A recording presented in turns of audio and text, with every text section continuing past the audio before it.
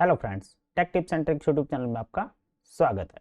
तो आज हम इस वीडियो में बात करने वाले हैं एसएसडी क्या होता है, एसएसडी कितने प्रकार की होती है, एसएसडी के एडवांटेज एंड एसएसडी के डिसएडवांटेज। तो आइए जानते हैं एसएसडी के बारे में सब कुछ इस वीडियो में। फ्रेंड, जैसा कि हम सभी जानते हैं कि हमारे कंप्यूटर में डाटा स्टोरेज करने के लिए मेमोरी होती है और यह मेमोरी दो तरह की होती है, जिसमें से एक होता है प्राइमरी मेमोरी और दूसरी secondary memory. Primary memory RAM computer की मेन मेमोरी होती है, जिसमें डाटा की वर्किंग पीरियड में इमीडिएट फॉर्म में सेव रहता है, जबकि सेकेंडरी मेमोरी एचडीडी एसएसडी वह मेमोरी होती है जिसमें कोई भी डाटा, प्रोग्राम, सॉफ्टवेयर इत्यादि परमानेंट फॉर्म में सेव होता है। वैसे आज तक हमारे कंप्यूटर में सेकेंडरी मेमोरी के रूप में लार्ज स्केल पर जिसका इस्तेमाल किया जाता है वह है हार्ड डिस्क एचडीडी, बट यह एक ओल्ड टेक्नोलॉजी है। पर HDD based data storage solution है जिसकी data read and data right speed slow होती है, क्योंकि इसमें डाटा स्टोर करने के लिए मैकेनिकल कॉन्सेप्ट को यूज किया जाता है। इसीलिए इससे हटकर new technology data storage device को बनाया गया है, वह है एसएसडी, जो एक बहुत ही फास्ट डाटा स्टोरेज सॉल्यूशन है। पर क्या आपको पता है कि एसएसडी क्या है, एसएसडी कैसे काम करती है, एसएसडी कितने प्रकार की होती है, एसएसडी की जरूरत हमें क्यों पड़ी? अगर ऐसे ही सवालों के बारे में जानने के लिए आप यहाँ आए हैं तो आप सही जगह हैं, क्योंकि आज हम लोग इस वीडियो में इसी टॉपिक में यानी एसएसडी सॉलिड स्टेट ड्राइव के बारे में चर्चा करने वाले हैं। इसीलिए आपसे रिक्वेस्ट है कि इस वीडियो को पूरी ध्यान से देखें। तो ज्यादा टाइम ना वेस्ट करते हुए चलो वीडियो को स्टार्ट करते हैं।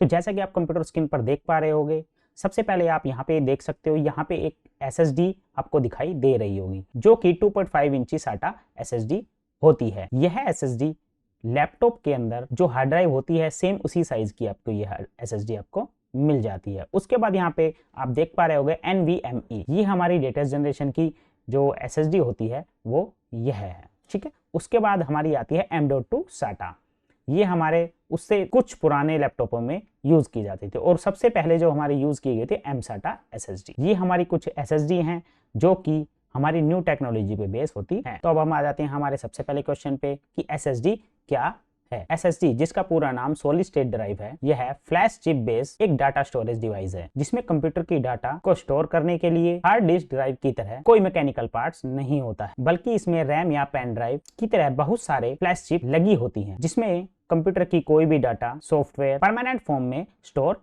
होता है। एसएसडी की data read write speed hard disk की तुलना में बहुत ही ज्यादा फास्ट होती है। इसीलिए नए कंप्यूटर अथवा लैपटॉप में आजकल ज्यादातर हार्ड डिस्क की जगह पर एसएसडी का ही यूज किया जाता है। हालांकि एसएसडी एचडीडी से थोड़ी महंगी जरूर होती है, फिर भी कंप्यूटर की स्पीड को बूट अप करने के लिए तथा कंप्यूटर की परफॉर्मेंस को बेहतर बनाए रखने के लिए इसका इस्तेमाल बहुत तेजी से बढ़ता जा रहा है। हमारा जो नेक्स्ट क्वेश्चन है वो है एसएसडी में डाटा स्टोर कैसे होता है। हम सभी को पता है कि कंप्यूटर एक इलेक्ट्रॉनिक मशीन है और यह इलेक्ट्रिसिटी पर चलती है। ऐसे में कंप्यूटर में मौजूद या कंप्यूटर को दी जाने वाली कोई भी डाटा हमारे लिए चाहे टेक्सचुअल हो या ग्राफिकल हो अथवा ऑडियो पर, कंप्यूटर के लिए वो सभी 0 और 1 की फॉर्म में ही होता है, क्योंकि कंप्यूटर एक इलेक्ट्रॉनिक मशीन है और कोई भी इलेक्ट्रॉनिक मशीन केवल मशीन लैंग्वेज जो कंप्यूटर के प्रोग्राम की एक लो लेवल लैंग्वेज है, लो लेवल लैंग्वेज को ही समझ सकता है। हमारी तरह ABCD या ऑडियो वीडियो नहीं समझता है। हम कंप्यूटर के अंदर चाहे जिस भी प्रकार का डाटा या निर्देश को इनपुट देते हैं वह मशीन के अंदर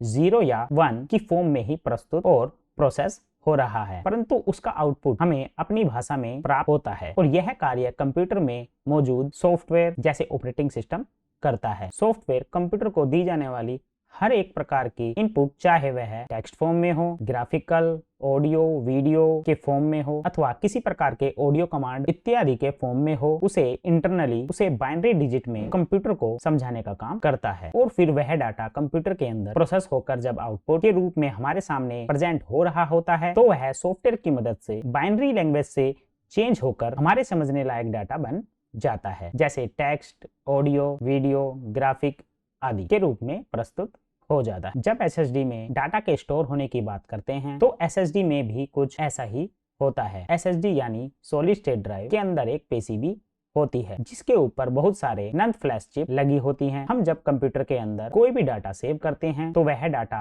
इंटरनली बाइनरी लैंग्वेज में या कहे तो बिट जो हाई लो के पैटर्न पर बना एक सिग्नल होता है और यह सारा डाटा 0 और 1 के रूप में ही SSD के अंदर सेव होता है। जैसे कि आप कंप्यूटर स्क्रीन पर देख पा रहे होगे, आप यहाँ पे देख पा रहे होगे हमारे पास यहाँ पे 1 बाइट एंड 8 बिट्स लिखा हुआ है, जो कि हमारा डाटा जो सेव जितना भी डाटा सेव करता है वो 0 एंड 1 के रूप में ही हमारा सेव होता है। सॉफ्टवेयर का जो काम होता है वो क्या करता है, वो बाइनरी लैंग्वेज, इसको क्या बोलते हैं, बाइनरी लैंग्वेज बोलते हैं। बाइनरी लैंग्वेज को चेंज करके हमारे सामने ग्राफिकल, ऑडियो, जो भी हमारा जो डाटा होता है टेक्स्ट में, उसको कन्वर्ट करके हमें सामने दिखाता है। लेकिन सेव वो 0 और 1 के रूप में ही करता है।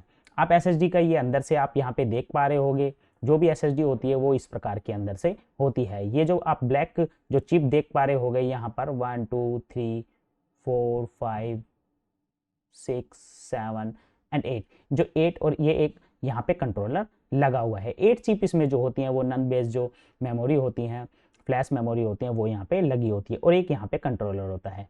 ये आप जो कनेक्टर देख पा रहे होगे यहाँ पर एक आप कनेक्टर देख पा रहे होगे, ये क्या होता है, SATA का इंटरफेस होता है। इसके द्वारा ही आपकी जो SSD होती है वो कनेक्ट होती है आपके लैपटॉप से, आपके डेस्कटॉप से। और जो आप ग्रीन कलर की देख पा रहे हो वो क्या है, SSD की इसमें PCB होती है। अब चलते हैं हम अपने न्यू क्वेश्चन पर कि SSD की जरूरत हमें क्यों पड़ी। हम सभी जान रहे हैं कि कंप्यूटर का विकास आज नहीं बल्कि आज से कई दशक पहले हो चुका है और आज हम जितनी एडवांस कंप्यूटर को देख रहे हैं वो पहले इतने एडवांस नहीं थे, ना ही उस वक्त तक इतने एडवांस कंप्यूटर की जरूरत होती थी। परंतु जैसे जैसे जरूरत बढ़ती गई और टेक्नोलॉजी का विकास होता गया, वैसे वैसे कंप्यूटर का भी विकास होता गया और हर एक पार्ट अपग्रेड होते गए और जितने भी हमारे कंप्यूटर के अंदर पार्ट्स लगे होते हैं सब क्या हो गए, फुल्ली अपग्रेड हो गए। साथ ही उनकी जितनी भी कैपेसिटी होती है वो भी धीरे धीरे करके बढ़ती गई। वैसे सामान्य तौर पर देखें तो आज के 2 दशक पहले हमारा कंप्यूटर एक अच्छे लेवल पर पहुंच चुका था और मल्टीटास्किंग करने में भी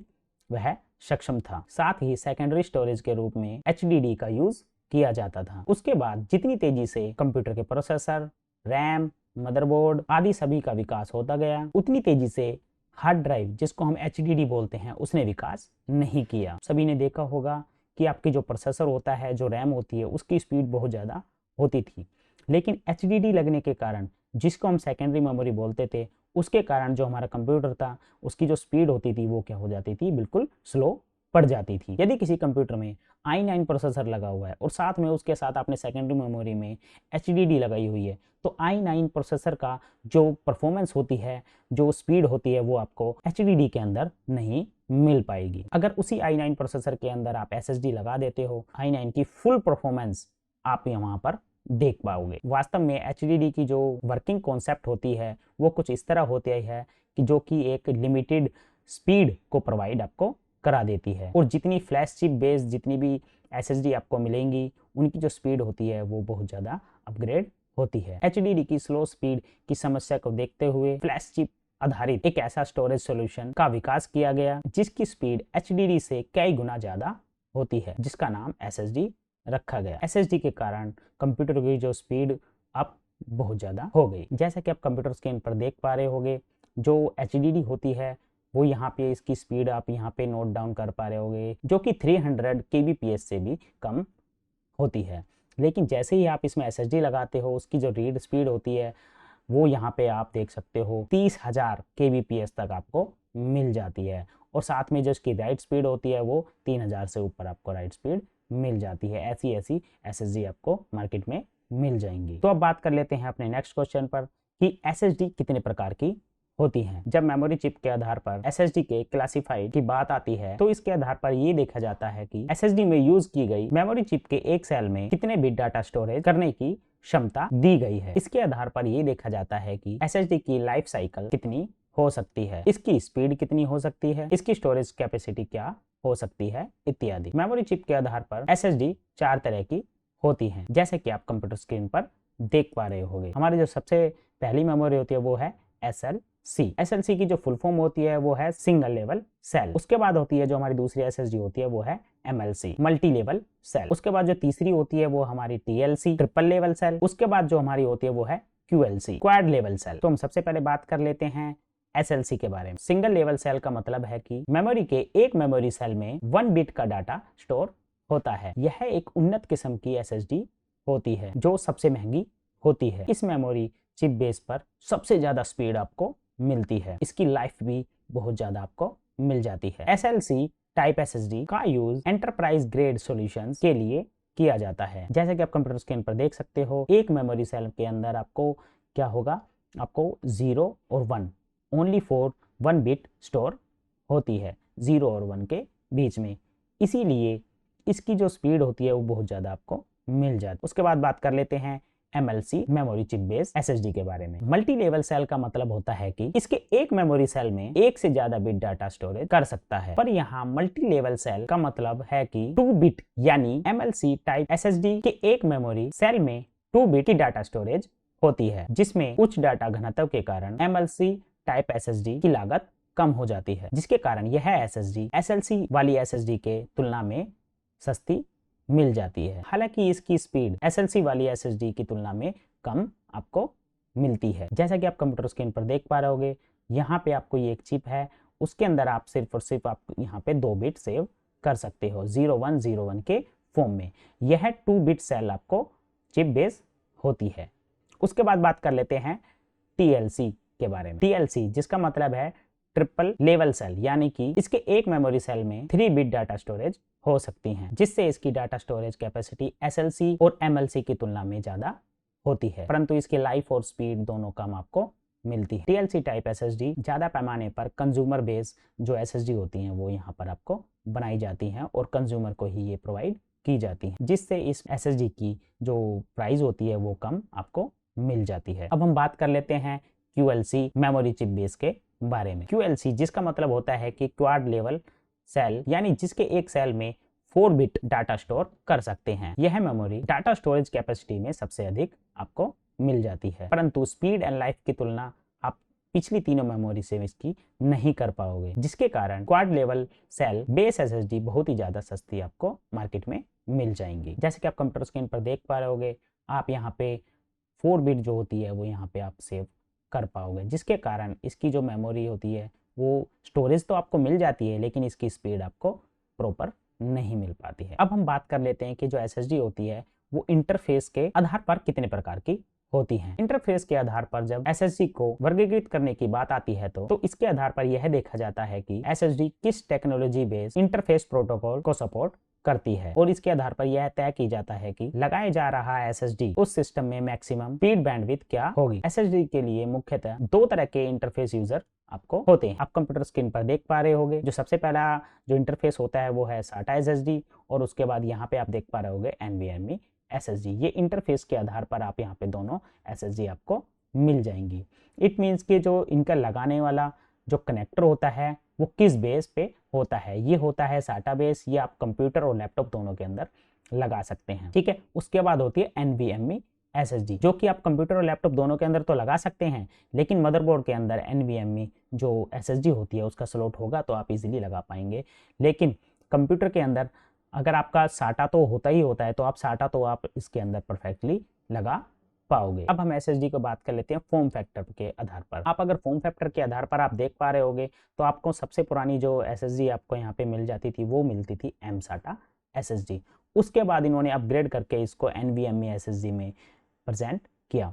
उसके बाद आपको यहाँ पे देख सकते हो कि आपको मिल जाएगी SATA SSD, जो कि 2.5 इंची SSD होती है। फॉर्म फैक्टर का मतलब होता है कि इनका साइज और जो लगने वाला जो कनेक्टर होता है वो किस फैक्टर में आपको मिलता है। तो अब हम बढ़ते हैं अपने नेक्स्ट क्वेश्चन पर, जो कि है एडवांटेज ऑफ SSD। SSD के कितने एडवांटेज आपको मिल जाते हैं। अगर SSD की बात करें तो आपको सबसे बड़ी जो विशेषता आपको यहाँ पे एडवांटेज मिल जाती है वो है SSD की डाटा रीड राइट स्पीड आपको बहुत ज़्यादा मिल जाती है। उसके बाद आपको जो दूसरी एडवांटेज आपको मिलेगी, जो SSD होती है उसका जो वेट होता है बहुत ज़्यादा लाइट आपको यहाँ पे मिल जाएगा।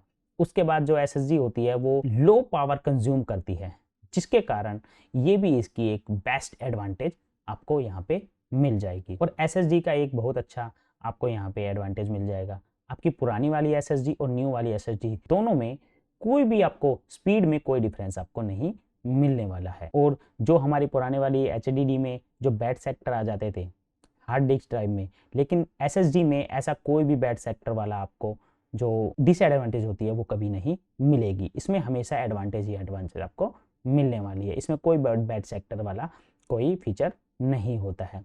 और आपकी जो SSD होती है वो लाइफ लॉन्ग तो आपको मिल ही जाती है। तो आपने देखे ये हमारे कुछ एडवांटेज जो कि SSD के अंदर आपको, ये कुछ मेन एडवांटेज है, और भी आपको बहुत सारे एडवांटेज मिल जाएंगे, लेकिन ये कुछ मेन है जो कि आपको SSD लगाने पर अपने कंप्यूटर के अंदर मिल जाएंगे ही जाएंगे। तो अब हम आ जाते हैं अपने न्यू क्वेश्चन पर जो कि है डिसएडवांटेज ऑफ SSD। SSD की सबसे अच्छी बात ये है कि आपको एडवांटेज तो बहुत सारी मिल जाएंगी, लेकिन आपको डिसएडवांटेज इसमें कुछ नहीं मिलने वाला है। सिर्फ आपको एक ही डिसएडवांटेज आपको मिलेगा, उसको डिसएडवांटेज नहीं बोल सकते हैं, इसको बोलेंगे कि ये आपको सिर्फ और सिर्फ कुछ कॉस्टली ही आपको यहाँ पे मिलने वाली है। HDD की तुलना में आपको कुछ कॉस्टली मिलेगी, लेकिन इसके जो एडवांटेज होंगे वो आपको अनगिनत मिलेंगे। तो फ्रेंड्स, आई होप कि मेरे द्वारा दी गई SSD के बारे में जितनी भी जानकारी होंगी तो वो आपको समझ में आई होंगी। आपको SSD से संबंधित हर एक प्रश्न का जवाब मिल गया होगा। फिर भी कोई सवाल हो तो कमेंट के माध्यम से आप बेझिझक मुझसे पूछ सकते हैं। मैं आपको आपके सवाल का जवाब देने का पूरा प्रयत्न करूंगा। यह वीडियो आपको कैसी लगी कृपया कमेंट करके मुझे ज़रूर बताएं, या फिर इस वीडियो से रिलेटेड आपको कुछ सजेस्ट करना हो तो आप नीचे कमेंट करके ज़रूर बताएं। यह वीडियो आपको पसंद आई हो तो अपने फ्रेंड्स को शेयर ज़रूर करें। इस तरह की अगर और भी वीडियो देखने के लिए take tips and tricks YouTube channel को सब्सक्राइब कर लीजिए। तो आज के लिए इस वीडियो में इतना ही। Thank you. तो मिलते हैं नेक्स्ट वीडियो में।